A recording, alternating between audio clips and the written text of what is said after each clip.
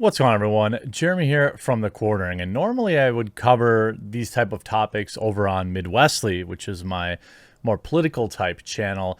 I'll leave a link in the pinned comment below, as I did 3 videos on it today already, various angles of what's going on over in the Middle East right now. And it's just too big of a story to not cover. And the way the mainstream media is reacting to it, the way that Hollywood's reacting to it, the way that the New York Times is reacting to it, it's actually really sickening. Look, I don't think, as easy as it is to be a prisoner of the moment, it's really easy to blame the guy in charge right now. Certainly he shares some blame, but I think, basically 4 or 5 presidents carry some amount of blame here from both sides of the aisle, as in my opinion, we never should have been there in the first place. I'm still waiting for those WMDs to show up. It's obviously more complicated than most of us can probably understand. My base opinion is that the United States should not be playing world police, and that they contributed to making the situation worse there actively. And we're never really there to help the Afghan people like they claim they were. I talked to many vets who served, and basically all admitted that they knew that the second they left, the place would fall, because many of the people there had zero interest in defending their own country. That the people that we spent billions training would refuse to fight for that country. And so now we see it fall. And we see absolutely horrendous images coming out of Kabul, for example, at the airport, where people are clinging to C-17s and, trying to get out and falling off at like 2,000 feet in the air, getting liquefied when they hit the ground. It is hard to look at that situation and not genuinely empathize with a lot of these people. These are people, however, that, as tough as this is maybe to hear, these are people that didn't want to defend their own country. We were there meddling where we shouldn't have been. This is a unmitigated disaster. But what's even worse, what would even be worse, is, of course, over the past how many years, the sunk cost fallacy, that we've spent nearly $3 trillion meddling in the Middle East, in particular in Afghanistan, and we should just keep spending it. We should just keep sending more troops. Joe Biden's sending more troops right now. It's my position that, I don't think you should be reinvesting anymore. I think that this has been an embarrassment for my country and the world stage, and it has been a sickening turn, yet another, global failure.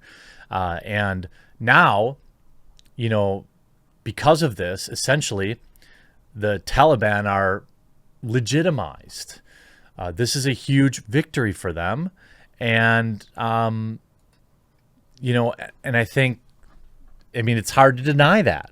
The defense forces there just laid down their arms and walked away and just gave the country to them. And, that lays squarely as another defeat for America. And now we have mainstream media like CNN coming out and saying literally that, hey, these people are saying death to America, but they're actually pretty cool. They're actually bros. And you see New York Times writer Taylor Lorenz essentially siding, pro-Taliban, apparently. You see this tweet or this video clip. I'll show you, in context. They're just chanting death to America, but they seem friendly at the same time. It's utterly bizarre. They seem friendly. So they allow CNN at this immense because it's immense propaganda value for him. It is. Shows them in victory. Every Western woman must wear a hijab in Afghanistan. This isn't reporting. It's doing the enemy's bidding. I don't necessarily disagree with that. Tim's take was the friendliness is them using CNN to display pro-Taliban imagery. The reporter chose extremely poor words, but to be honest, I'm glad we are getting video and imagery out of there right now. Incredibly dangerous in many ways, but prefer more knowledge. I would disagree with Tim on this. I mean, I get what he's saying, but I don't think we should be giving them the world stage so willingly. And I'm sure that CNN is a huge fan of anybody who hates America. And you have here Taylor Lorenz from the New York Times talking. Nicole Arbour tweets that they are the definition of small junk energy. But Taylor Lorenz, New York Times writer and YouTube hit piece connoisseur, made sure to write, for many people, quote tweeting this as if Nicole Arbour is some hashtag resistance girl boss. She's a not. She's a not. She's a longtime internet troll / YouTuber whose entire shtick is trying to offend and outrage as many people as possible. Exactly who? So are you saying that, are you defending them? Are you saying, oh no, the Taliban would be offended by this? This is something from the New York Times. Goes on to say, you may remember her viral Dear Fat People fat shaming women in 2015. She's a regular right-wing influencer universe for saying crazy stuff and refers to herself as a Trump supporting rapper. Her entire, so in all of this, like, is this really important? First of all, she's right. You know what I mean? Like, she's right. I mean, it's so funny to me that, yeah, you mad she doesn't stand with them? I don't know. The definition of an idiot, New York Times reporter attempting to diminish Nicole Arbour for making fun of, wait for it, the Taliban, who are now the largest, most heavily armed terror organization in the world, thanks to our dementia patient.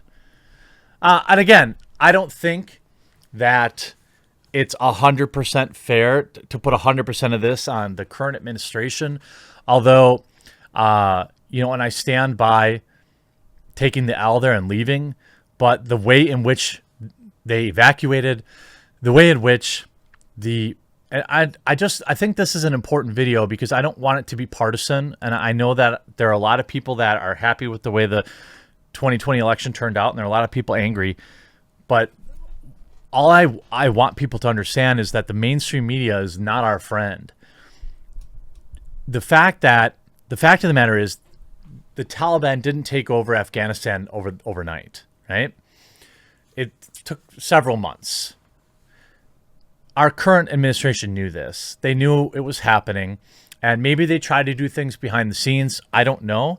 But what I do know is that our media in this country never covered it. Why? I think you know. I mean, they didn't cover it because they knew it would look bad for Joe Biden. And now they cover it because they literally have to. Because the Taliban have seized the cable networks there and are broadcasting freely. This is an organization that has, Twitter accounts, but Donald Trump is banned from Twitter. This is how backwards like our mainstream media is. They won't criticize their behavior. You have all these woke idiots talking about, it's just their culture. Well, their culture happens to be throwing gay folks off roofs, subjugating women, and far worse, forced marriages. It's just their culture. You're not allowed to criticize that, apparently. I don't understand why. And again, this is somebody for the New York Times, right? Coming out and writing. Hollywood right now is torn because this is the kind of crap that they've defended over the past decade. It's their culture. It's just an idea, right? It's just their culture.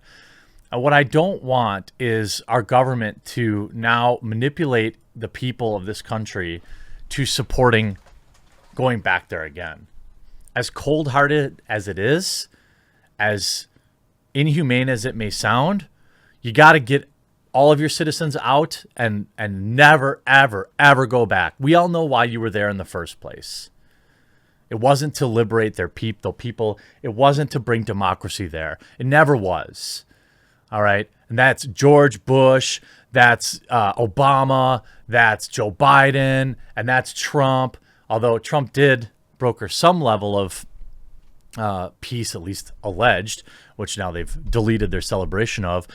But this is just classic United States playing world police. This is the kind of garbage that makes these countries hate us.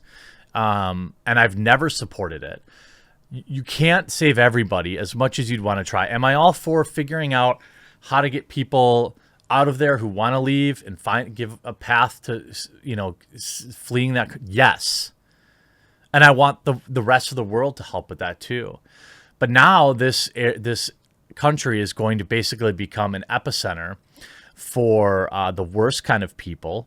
And now they've got a legitimate victory on the world stage. But, you're still going to have woke idiots like Taylor Lorenz from the New York Times and CNN running interference for the Taliban. This is truly a clown world. I hope you enjoyed this video. We'll talk to you again real soon.